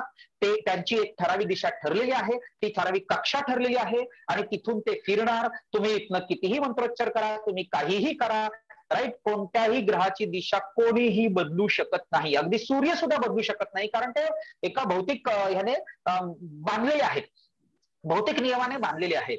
आता ग्रहांची दिशा बदलतो म्हणजे काय, की हे सायकोलॉजिकल आहे की एखादी घटना तुमच्या आयुष्यात वाईट घडली आणि तुम्ही जर ज्योतिषाकडे गेलात तर ते असं सांगतात की बाबा मी असं हे उपचार केलेले आहेत, त्यामुळे आता ते संकट टळेल. अर्थात मुळातच आज जर ग्रह एका राशीत आहे आणि तो जर 2 वर्षांनी दुसऱ्या राशीत गेला, म्हणजे उदाहरणार्थ गुरु साधारणपणे दरवर्षी एक रास बदलतो, राईट, तर तो दुसऱ्या राशीत जातो, पुढच्या वर्षी तो दुसऱ्या राशीत जाईल. म्हणजे तो त्या राशीत गेला म्हटल्यावर तुमच्या आयुष्यातनं तो, तुमच्या आयुष्यातली जी तुमची रास आहे त्याच्यातनं तो बाहेर गेला असं म्हणून तुम्हाला तो रिलीफ दिला जातो.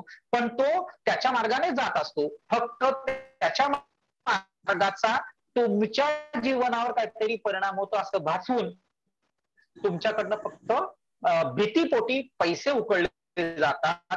पैसे हे फक्त भीती दाखवली तरच उकळता येऊ शकतात. सगळा आनंदी आनंद असेल तर पैसे उकळता येऊ शकत नाही. डॉक्टरकडे आजारी असलो तरच जातो. कधीतरी डॉक्टर मला तुम्हाला भेटावंसं वाटलंय म्हणून आपण कधी जात नाही. आनंदी असलो तर जात नाही. म्हणजे ज्योतिषाकडे जाणारे लोक हे कुठेतरी काहीतरी त्रास झालेला आहे म्हणूनच गेलेले असतात आणि त्या त्रासाचा भीतीमध्ये रूपांतर करून त्यातनं तो पैसा उकळला जातो.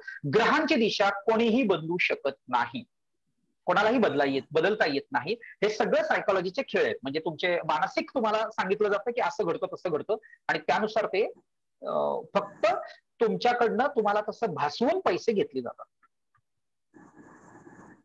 सुनील जाधवना काहीतरी विचारायचं. पुढचा प्रश्न असा आहे की ज्योतिष हे नेमकं कधीपासून सुरू झालं? म्हणजे बरेच ज्योतिष असं सांगतात की आमची पूर्वीपासूनची परंपरा आहे, तर नेमकं ज्योतिष कधीपासून सुरू झालं त्याबद्दल काय सांगू शकता? मुळातच आहे ना, खरं एक लक्षात घ्या की ज्योतिष म्हणजे काय याचा विचार केला ना तर ज्योतिष ग्रीकांमध्ये पण ही पद्धत होती, आपल्याकडेही ती पद्धत होती. मुळातच ज्योतिषची सुरुवात, ज्योतिष म्हणजे काय तर काहीतरी भविष्याबद्दल सांगणं. ही सुरुवात कशासाठी झाली तर शेतीसाठी झाली. खरं तर की अमुक ठिकाणी सूर्य आला किंवा अमुक तारे आकाशात दिसायला लागले की पावसाळा सुरू होतो, आपण पेरणी सुरू करायला पाहिजे, राईट. ह्या ज्या काही घटना आहेत या घटनांचा सुरुवात त्याने झाली. ओके, मग ती ग्रीकांकडे पण असेल आणि आपल्याकडे पण असेल. त्याला साधारणपणे 4000 वर्षापूर्वीचा इतिहास आहे. म्हणजे आपल्या ऋग्वेदामध्ये पण असे उल्लेख आहेत की ते या नक्षत्रावर अशी पेरणी करा किंवा काय वगैरे. हे शेती संदर्भात आहे. त्यात इतर वेदांमध्ये जे उल्लेख आहेत ते असे आहेत की अशा ठिकाणी चंद्र असेल तर असा यज्ञ करा. या दोनच गोष्टींसाठी नक्षत्रांचा आणि याचा वापर आहे. ग्रीकांमध्ये पण ज्योतिष म्हणजे खगोलीय पिंडांचा किंवा खगोलीय परिस्थितीचा वापर हा शेती कधी सुरू करायची किंवा नाईल नदीला पूर कधी येईल अशा अर्थाने ते सगळे उल्लेख होते. हळूहळू काय झालं की मी समजा ज्योतिष सांगतोय की अशा महिन्यामध्ये पाऊस येईल, तुम्ही जरा शेती सुरू करा. मग शेतकऱ्यांना किंवा त्या लोकांना असं वाटायला लागलं की हा माणूस सांगतो ते बरोबर आहे. मग ते राजा आणि ह्यांच्यापर्यंत ज्योतिषी पोहोचलं. ज्योतिष सर्वसामान्यांसाठी साधारणपणे कधीही नव्हतं.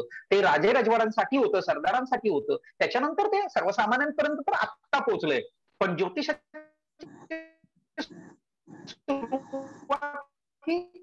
पाहिलं तर कारण काय माणसाला जेव्हा उद्या मला शिकार मिळेल की नाही, म्हणजे ज्यावेळेस आदिवासी माणूस अवस्थेत आपण होतो तेव्हा त्याला ही चिंता होतीच ना, उद्या मला शिकार मिळेल की नाही, राईट? किंवा उद्या मला एखादं माझ्यावर हे तर संकट तर नाही येणार. ह्या ज्या काही त्याला 4-4.5 वर्षांचा इतिहास नक्की आहे. आणखीन एक प्रश्न आहे सर. राहू केतूवर सध्या खूप जास्त प्रश्न येत आहेत. तर प्रश्न असा की कुंडली मांडताना नेमका ज्योतिषी कोणत्या गोष्टीचा आधार घेतात आणि त्यामध्ये राहू केतूची भूमिका काय असते किंवा राहू केतू अस्तित्वात नसताना सुद्धा त्यांचं गणित कसं काय मांडतात, असा एक प्रश्न. गुड. म्हणजे एक लक्षात घ्या की आम्हीच एक इथे यशस्वी झालो. आम्ही असं म्हणायला हरकत नाही की आमचं परवाचं व्याख्यान आणि आजचं व्याख्यान एका गोष्टीकडे आपण आलोय की किमान आपण हे मान्य करायला सुरुवात केली की राहू आणि केतू हे काल्पनिक आहेत. ओके, कारण राहू आणि केतू हे चंद्राला गिळणारे आणि सूर्याला गिळणारे राक्षस आहेत असं जे आपल्याला भासवलं जातं, राईट? ती जी कथा आहे ती कथा म्हणून हे मान्य आहे. पण प्रत्यक्षात राहू आणि केतू हे या काल्पनिक बिंदूचा तुमच्यावर आणि माझ्यावर काडीचाही प्रभाव पडत नाही. ओके, मुळातच कोणत्याही ग्रहाचा सुद्धा आपल्यावर काहीही प्रभाव पडत नाही.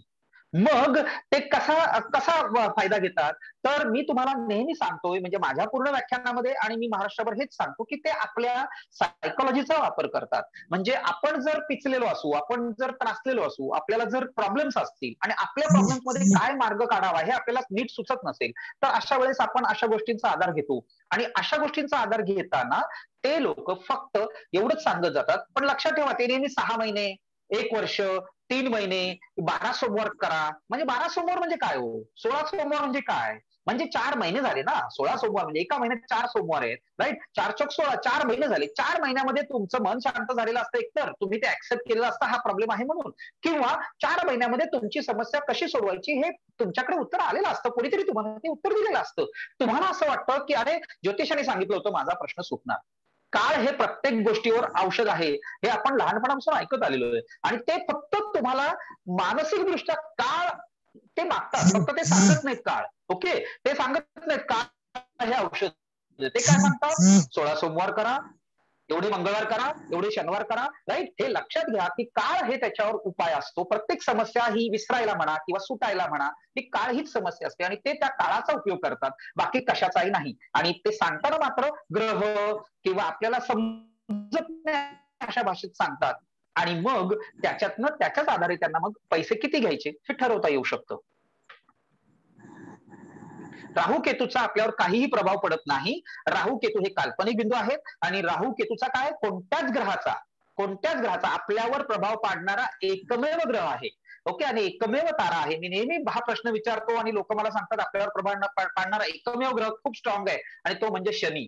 मी नेहमी लोकांना हा प्रश्न विचारतो की आपण जन्म पृथ्वीवर घेतो, आपण शिक्षण पृथ्वीवर घेतो, लग्न पृथ्वीवर करतो, प्रेम पृथ्वीवर करतो, मुलं पृथ्वीवर होतात, प्रॉपर्टी पृथ्वीवर करतो, मरतो पण पृथ्वीवर आणि प्रभाव शनी पाडतो. ओके, मुळातच आपल्यावर प्रभाव पाडणारा एकमेव ग्रह आहे तो म्हणजे शनी. तो म्हणजे आपली पृथ्वी, राईट? शनी, मंगळ, गुरु हे आपापल्या मार्गाने फिरत असतात, त्यांचा आपल्यावर काहीही प्रभाव पडत नाही. हे लक्षात ठेवूया आपण. मंगळ इव्हन सूर्याचा एकच तारा आहे तो म्हणजे सूर्य. तो खूप तप्त झाला म्हणजे तो मे महिन्यामध्ये आपल्याला गरम होतं आणि इतर वेळेस आपल्याला थंडी वाजते. हे जे आहे हे पृथ्वीच्या ऍक्सियल टिल्टमुळे ते झालेलं आहे, हेही आपल्याला आता माहिती आहे. त्याच्यामुळे सूर्याचा आपल्यावर प्रभाव पडतो हे मान्य करू शकतो, पण तो तुमच्यावर आणि माझ्यावर सारखाच पडतो. तुम्हाला गरम झालं तर मलाही गरमच होणार, तुम्हाला तप्त वाटायला लागलं तर मलाही तप्तच वाटणार. तुमच्यावर वेगळा आणि माझ्यावर वेगळा असा प्रभाव पडत नाही. तर आणखीन एक महत्वाचा प्रश्न असा आहे की ज्योतिष हे ज्योतिष गोष्टीला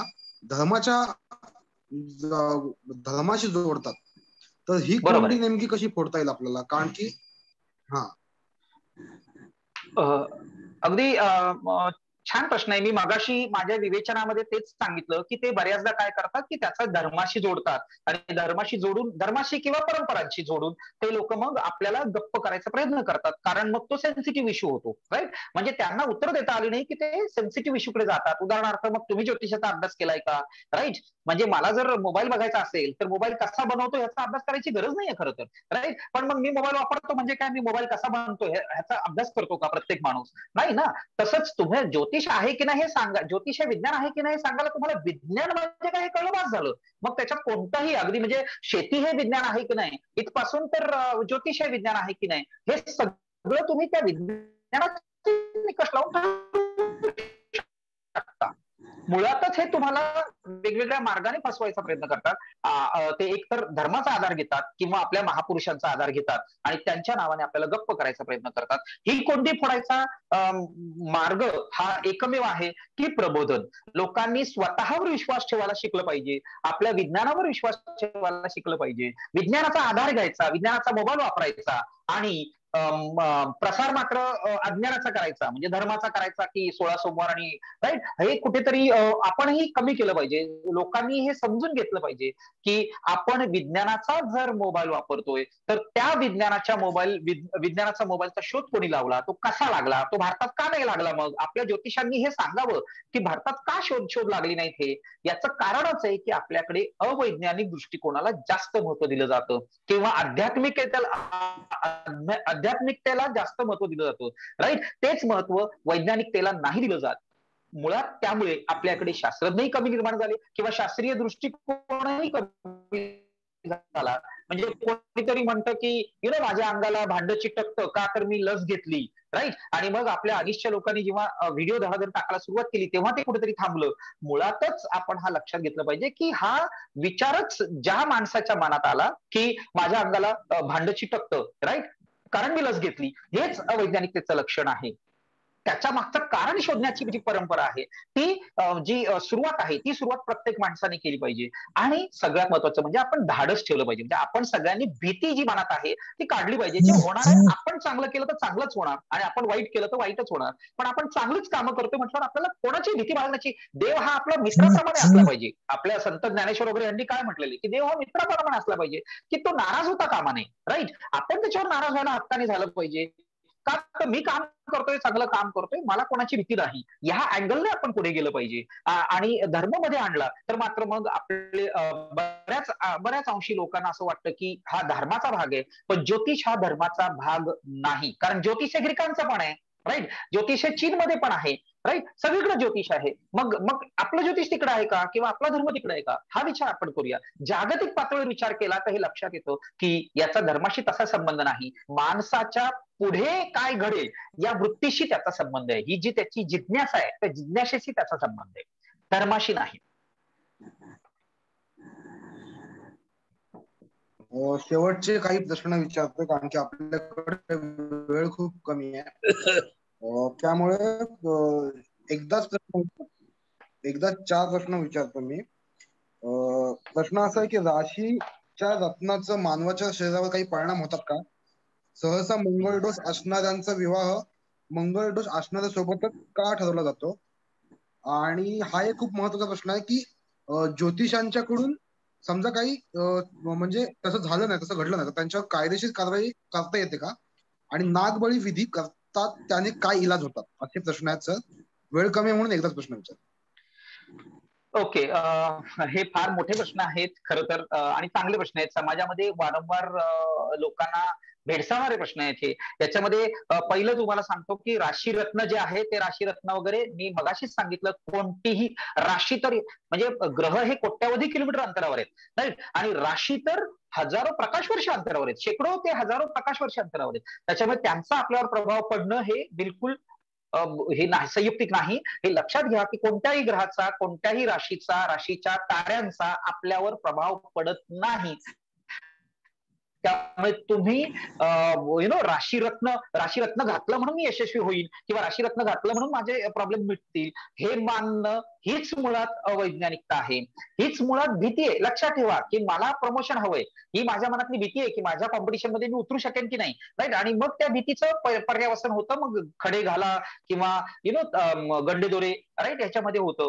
आपण आपल्या कर्तृत्वावर विश्वास ठेवूया आणि आपण आपलं कर्तृत्व सिद्ध करूनच पुढे जाऊया. हे राशींचा, रत्नाचा आपल्यावर काहीही प्रभाव पडत नाही. आपण हे कायम मनात ठेवूया. दुसरं, मंगळदोष वगैरे काहीही नसतो. ओके, हे सगळे पैसे कमवण्याचे धंदे आहेत, हे लक्षात ठेवा.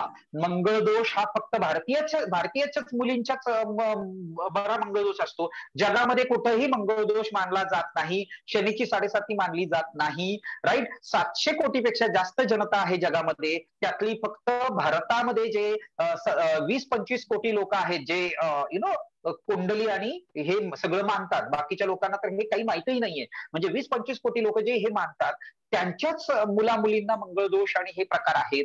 मंगळदोष वगैरे हे सगळं काल्पनिक आहे. कुंडलीमध्ये तुम्हाला मंगळदोष आहे असं सांगितलं म्हणून, राईट, तुमची लग्न जर थांबवली जात असतील तर ते चुकीचं आहे.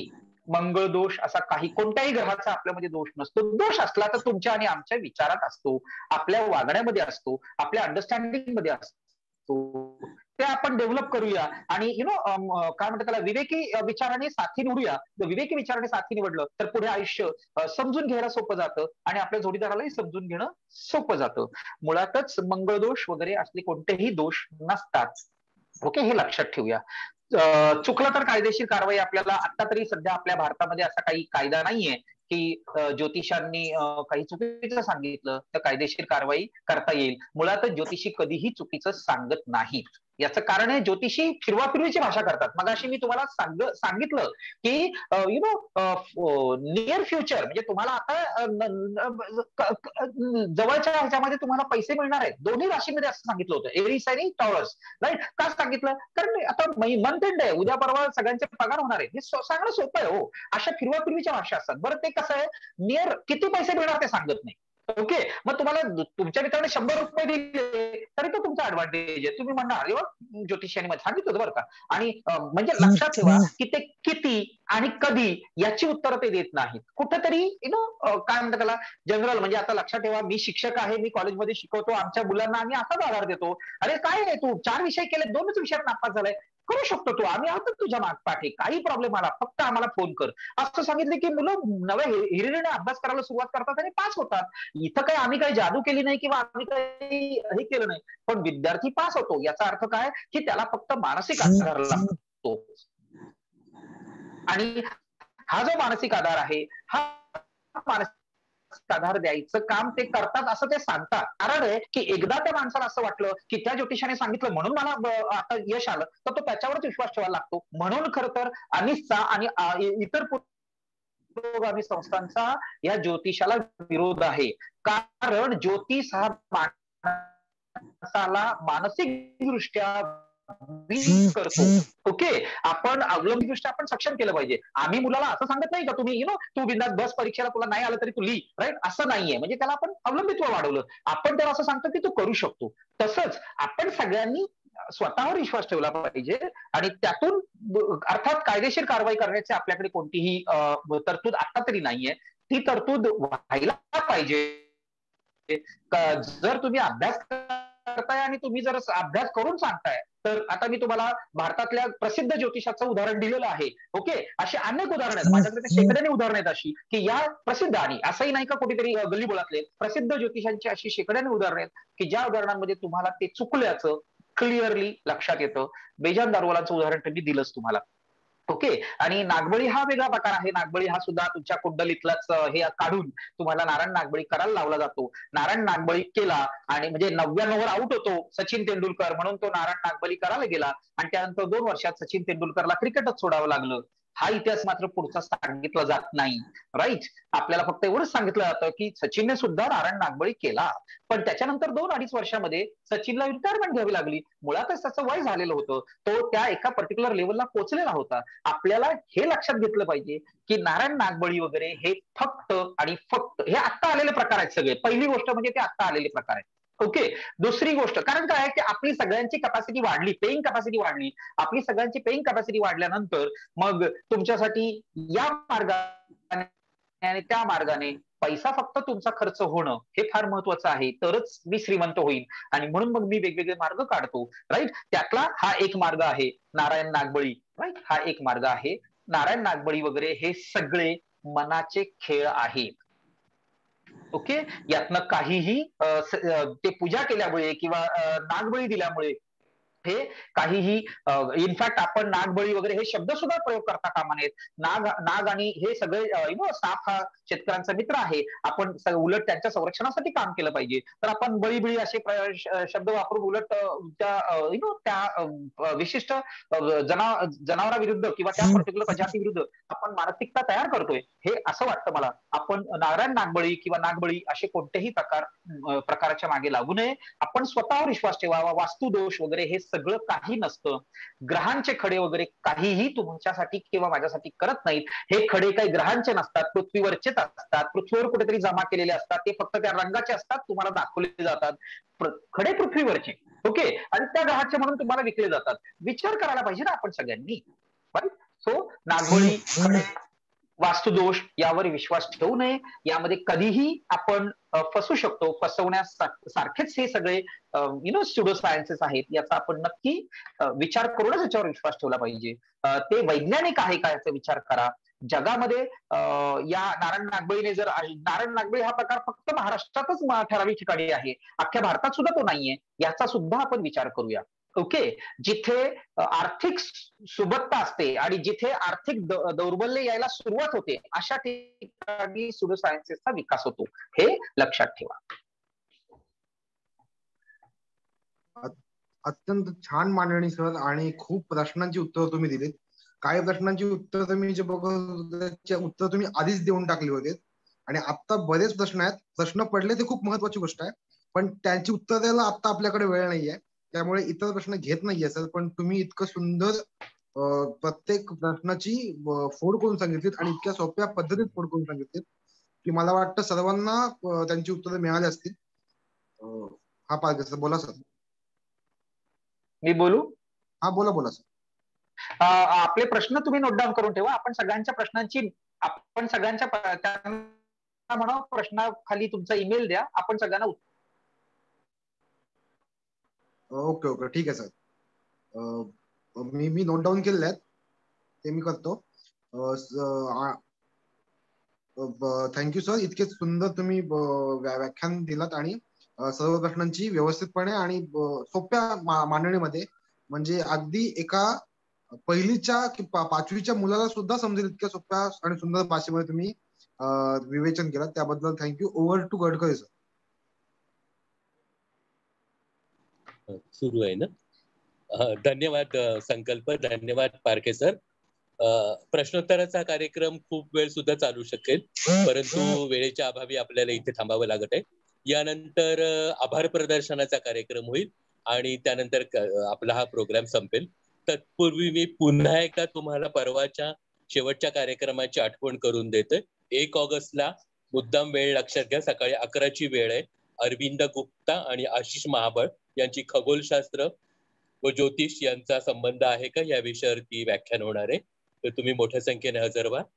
आता इनबॉक्स मध्ये बऱ्याच जणांनी आपले नाव आणि संपर्क क्रमांक दिलेले आहे. ज्यांना अनिशची जोडून घ्यायचं आहे त्यांनी, तर आणखून कुणाला जर का काही राहिलं असेल तर कुणीही संपर्क करू शकता. अनिशच्या कामाला जोडून घ्या. अनिशच्या वार्तापत्राचं सभासद व्हा. या चळवळीत सामील व्हा. यानंतर मी मीना मोरे, पेन शाखेच्या मीना मोरे यांना अशी विनंती करतो की त्याने आभार प्रदर्शन करावे. मीना मोरे हा. या राज्य महिला विभागाच्या सदस्य आहेत. हॅलो. पेण शाखेतही त्यांचं खूप मोठं काम आहे. मानस मित्र म्हणूनही त्यांनी जे काम केलंय ते अतिशय महत्वाचं आहे. मी आता मीना मोरेंकडे वळतोय. मीना मोरे आभार प्रदर्शन करतो. हा सर, माझा आवाज येतोय सर? हॅलो. येतोय बोला. कारण मला आवाज म्हणजे काहीतरी प्रॉब्लेम झाला फोन आल्यामुळे. आवाज बोला. ओके. आवाज गेलेला कमी आहे, आवाज येतोय.